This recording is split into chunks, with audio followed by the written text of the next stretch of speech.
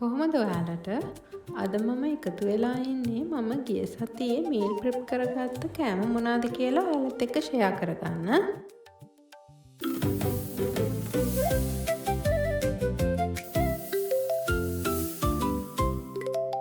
මෙතන මම අවශ්‍ය ද්‍රව්‍ය කපාගෙන තියෙනවා. තක්කාලි, අම්මිරි, සුදුලූණු, කරපිංචා, රම්පේ හැම දෙයක්ම මෙතන තියෙනවා. අපිට මේ පාර ෆ්‍රෙෂ් මාකට් එකෙන් හම්බුණා මෑ කරල්. ඒ වගේම අපිට හම්බුණා කංකුම්. අපි මේ දෙකෙන් කෑම හදා ගන්නවද? මේ තියෙන්නේ මැරිනේට් කරපු චිකන් කරියකුත් හදා ගන්නවා. ඒකට තමයි මේක මැරිනේට් කරලා තියාගෙන තියෙන්නේ. චිකන් එකට ඕනි වෙන සුදුලූණු, ඉඟුරු, සේර ඒ වගේ දේවල් මම මේ කොටා ගන්න තමයි හදන්නේ. මම මේකට තව දාගන්නවා කුරුඳු කෑල්ලක්, ස්ටානිස් කෑල්ලක්, තව එනසල්, කරාබු නැටි ඒ ටිකත් අපි දාලා දැන් මේක කොටා ගමු.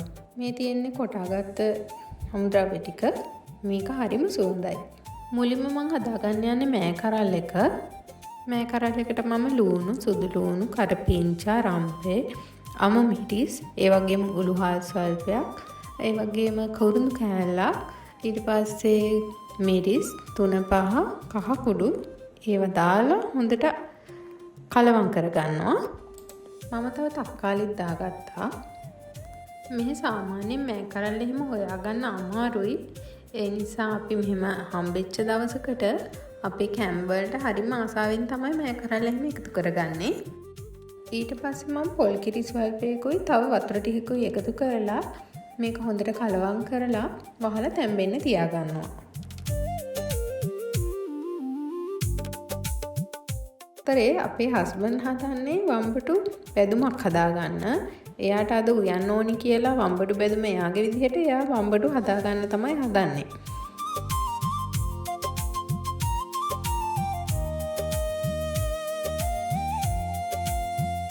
වම්බටු ඒ විදිහට කපලා ඊට පස්සේ එයා ලූණු, සුදු ලූණු, කරපිංච, අමු මිරිස්, තක්කාලි කියන ඒවත් එයාට අවශ්‍ය ප්‍රමාණ වලට කපාගෙන තියෙනවා.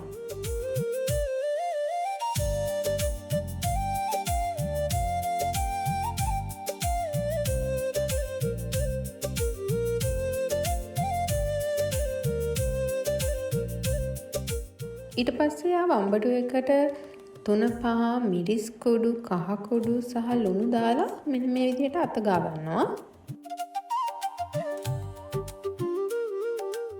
ඒ අතරේ ඔන්න දැන් මෑ කරල් එක හොඳට නටනවා. අපි මේක ඇරලා බලමු.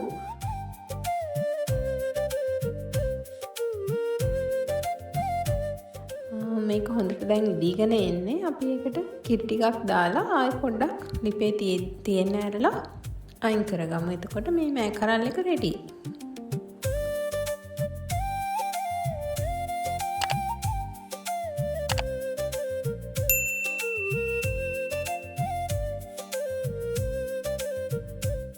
අපේ හස්බන්ඩ් දැන් වම්බටු බෙදුම හදාගන්න තමයි යන්නේ. අපි බලමු එයා කොහොමද ඒක හදලා තියෙන්නේ කියලා.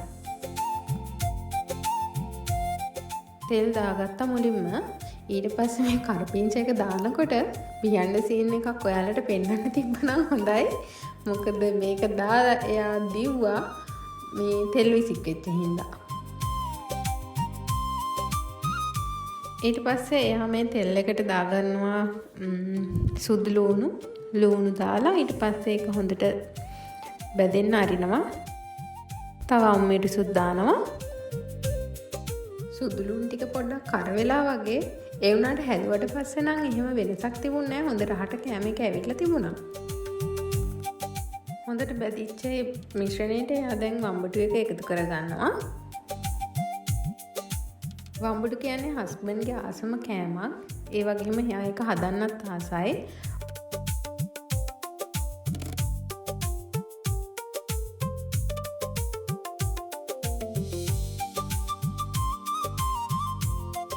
ඔන්න දැන් එයා මේකට තක්කාලිත් එකතු කරගෙන තියෙනවා. එන්න ඒ විදිහට තමයි එයාගේ අවසානයේට වම්බටු බෙදුම ඇවිත් තිබුණේ. හොඳ රසට තිබුණා ඒක කාලා බලද්දී.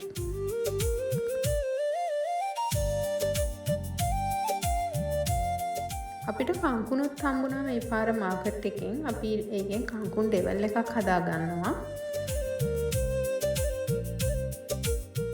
ඒකට ඒකට මම ලුණු, සුදු ලුණු, අමු මිරිස්, කරපිංචා, රම්පේ ඒ ටික මුලින්ම එකතු කරලා හොඳින් කවලම් කරගන්නවා. ලුණු ටුට්ටකුත් ඒකටම එකතු කරගත්තා. මම අබයට පොඩ්ඩකුත් ඒකටම දාගත්තා. දැන් කංකුන් ටික එකතු කරලා කවලම් කරගන්න තමයි හදන්නේ. ඊට පස්සේ අපි මේක පොඩ වෙලාවක් පහළ තියලා කංකුන් ටික තැඹුණාට පස්සේ අපි මේක ඇරලා උයා ගන්නවා.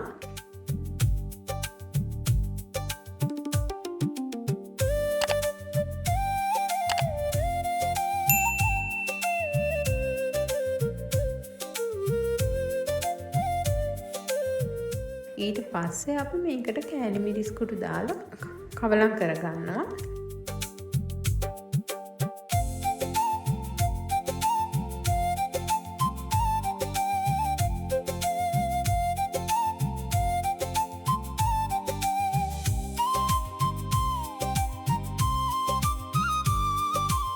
දැන් අපේ කංකුන් එකත් රෙඩි.